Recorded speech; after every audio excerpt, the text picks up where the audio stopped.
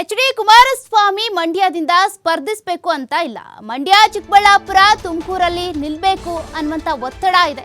ಚಿಕ್ಕಮಗಳೂರಲ್ಲಿ ಪರಿಷತ್ ಸದಸ್ಯ ಭೋಜೇಗೌಡ ಕೊಟ್ಟಿರುವಂತ ಹೇಳಿಕೆ ಇದು. ಮಂಡ್ಯ, ಚಿಕ್ಕಬಳ್ಳಾಪುರ, ತುಮಕೂರಲ್ಲೂ ಕೂಡ ಅವರು ಸ್ಪರ್ಧೆ ಮಾಡಬೇಕು ಅನ್ನುವಂತ ಒತ್ತಡ ಇದೆ. ಮಂಡ್ಯದಲ್ಲೇ ಸ್ಪರ್ಧೆ ಮಾಡಬೇಕು ಅಂತ ಏನಿಲ್ಲ.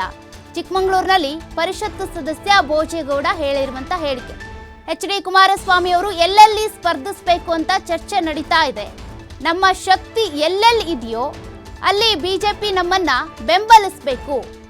ಸಂಕ್ರಾಂತಿ ಅಂತ ಹೇಳಿದ್ದಾರಲ್ಲ, ಆವಾಗ ಶುಭ ಸುದ್ದಿ ಬರಬೇಕು ನಮಗೆ. ಚಿಕ್ಕಮಗಳೂರಿನ ಖಾಸಗಿ ರೆಸಾರ್ಟ್ನಲ್ಲಿ ಎಂಎಲ್ಸಿ ಭೋಜೇಗೌಡ ಹೇಳಿಕೆಯನ್ನ ಕೊಟ್ಟಿದ್ದಾರೆ. ಈಗ ನಿನ್ನೆಯಿಂದ ಕೂಡ ಎಚ್.ಡಿ. ಕುಮಾರಸ್ವಾಮಿ ಅವರ ರೆಸಾರ್ಟ್ ರಾಜಕಾರಣ ಶುರುವಾಗಿದೆ.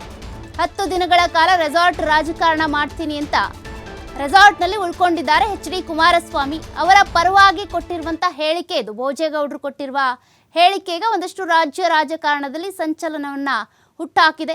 ಅವರು ಯಾವ್ಯಾವ ಕ್ಷೇತ್ರಗಳಲ್ಲಿ ಸ್ಪರ್ಧೆ ಮಾಡಬಹುದು ಅನ್ನುವಂಥದ್ರ ಬಗ್ಗೆ ಭೋಜೇಗೌಡ ಕೊಟ್ಟಿರುವ ಹೇಳಿಕೆ.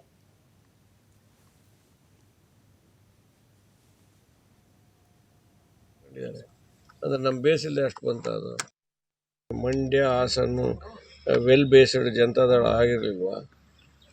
ಇವತ್ತು ಕೂಡ ಇಲ್ವಾ? ನಾವು ಸೋತಿರ್ಬೋದು, ಅದು ಬೇರೆ ಪ್ರಶ್ನೆ. ನಿಖಿಲ್ ಕುಮಾರಸ್ವಾಮಿ ಅವರು MP ಚುನಾವಣೆಯಲ್ಲಿ ಅವರು ಕಳೆದ ಈ ಪುಟ್ಟರಾಜು ಅವರು MP ಆದಾಗ ತಗೊಳೋಕ್ಕಿಂತ 70,000 ಓಟು 60,000 ಓಟು ಜಾಸ್ತಿ ತಗೊಂಡಿದ್ದಾರೆ.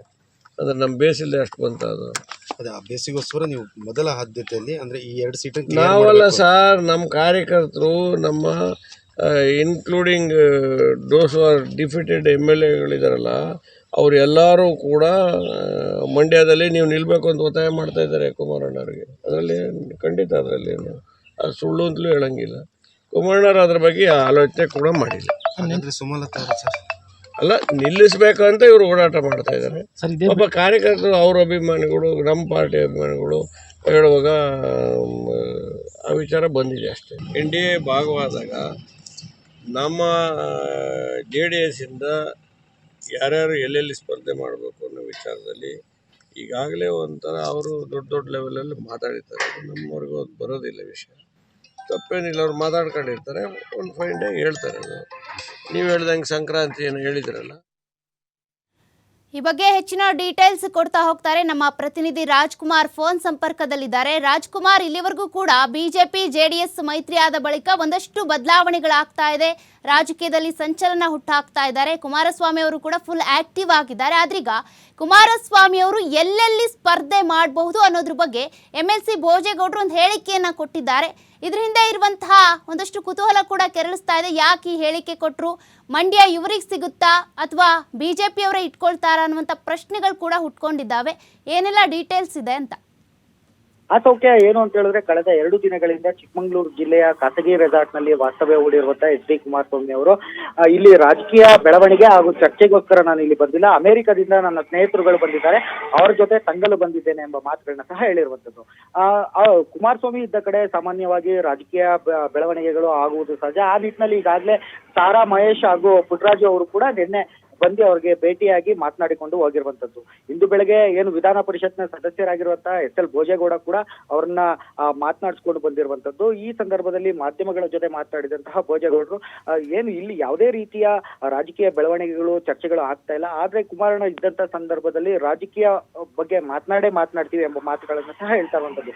ಈಗಾಗಲೇ ಕುಮಾರಸ್ವಾಮಿ ಅವರು ಮಂಡ್ಯದಲ್ಲೇ ನಿಲ್ಬೇಕು ಎಂಬ ಒತ್ತಡವನ್ನ ಈಗ ಕಾರ್ಯಕರ್ತರು ಮಾಡ್ತಾ ಇದ್ದಾರೆ. ಆದ್ರೆ ಏನು ಮುಂದಿನ ದಿನಗಳಲ್ಲಿ ಯಾವ ನಿರ್ಧಾರ ಆಗುತ್ತೆ, ಯಾವೆಲ್ಲ ಬೆಳವಣಿಗೆಗಳಾಗುತ್ತೆ ಎಂಬುದನ್ನು ಸಹ ಕಾದ್ ನೋಡ್ಬೇಕು ಅಂತ ಹೇಳ್ತಾ ಇರುವಂತದ್ದು. ಅಲ್ಲದೆ ತುಮಕೂರು, ಚಿಕ್ಕಬಳ್ಳಾಪುರ ಕ್ಷೇತ್ರದಲ್ಲಿಯೂ ಕೂಡ ಸ್ಪರ್ಧೆಗೆ ಒತ್ತಡ ಇದೆ ಎಂಬ ಮಾತುಗಳನ್ನು ಸಹ ಹೇಳ್ತಾ ಇರುವಂತದ್ದು. ಈಗಾಗಲೇ ಮೈತ್ರಿ ವಿಚಾರಕ್ಕೆ ಸಂಬಂಧಪಟ್ಟಂತೆ ಬಿಜೆಪಿಯವರು 4 ರಿಂದ 5 ಸೀಟು ನಮಗೆ ಕೊಡುವ ಸಾಧ್ಯತೆ ಇದೆ ಎಂಬ ಮಾತುಗಳನ್ನ ಸಹ ಹೇಳ್ತಾ ಇರುವಂತದ್ದು. ಆದ್ರೆ ಯಾವ ಕ್ಷೇತ್ರದಲ್ಲಿ ಯಾವ ನಾಯಕರು ನಿಲ್ಲಬೇಕು ಎಂಬುದರ ಬಗ್ಗೆ ಏನು ಚರ್ಚೆ ನಡೀತಾ ಇರುವಂತದ್ದು. ಅಲ್ಲದೆ ಬಿಜೆಪಿ ಕ್ಯಾಂಡಿಡೇಟ್ಗಳಿಗೆ ನಮ್ಮ ಕಾರ್ಯಕರ್ತರು ಯಾವ ರೀತಿ ಕೆಲಸ ಮಾಡಬೇಕು ಈ ಬಗ್ಗೆ ಕೂಡ ಈಗ ದೊಡ್ಡ ಮಟ್ಟದಲ್ಲಿ ಚರ್ಚೆ ಆಗ್ತಾ ಇರುವಂತದ್ದು. ಸಂಕ್ರಾಂತಿ ವೇಳೆಗೆ ಒಂದು ಶುಭ ಸುದ್ದಿ ಕೊಡುವ ಸಾಧ್ಯತೆ ಇದೆ. ಅಲ್ಲಿವರೆಗೂ ಕೂಡ ನಾವು ಯಾವುದೇ ಕಾರಣಕ್ಕೂ ಮಾತನಾಡೋದಕ್ಕೆ ಹೋಗೋದಿಲ್ಲ ಎಂಬ ಮಾತುಗಳನ್ನು ಸಹ ಹೇಳ್ತಾ ಇರುವಂತದ್ದು.